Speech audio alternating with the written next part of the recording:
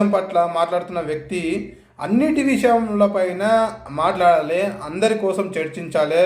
చర్చించినప్పుడు అది ఏ పార్టీ అయినా పర్లేదు, మనం ఉన్న పార్టీ అయినా పర్లేదు, అవతలి పార్టీ అయినా పర్లేదు, తప్పు జరిగినప్పుడు దాన్ని విమర్శించాలి.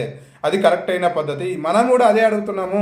తప్పు జరిగిద్ది, అది కాంగ్రెస్ అయినా బీఆర్ఎస్ అయినా ఏ పార్టీ అయినా విమర్శిస్తున్నాము.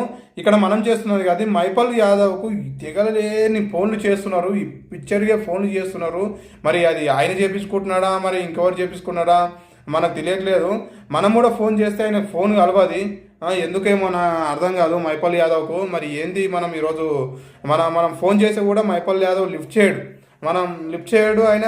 అది కాదు, మరి మనం ఇన్నిసార్లు ఫోన్ చేసినా ఆయన లిఫ్ట్ చేయట్లేడు. నేను ఇంతకుముందు ఒక దగ్గర ఒక 10-20 సార్లు మైపల్ యాదవ్కు ఫోన్లు చేశాను, కానీ మన ఫోన్ కూడా లిఫ్ట్ చేయట్లేడు. ఇంకా ఏది ఆయన, మరి వీళ్ళ ఫోన్ ఎట్లా లిఫ్ట్ చేస్తున్నాడు, ఎవరు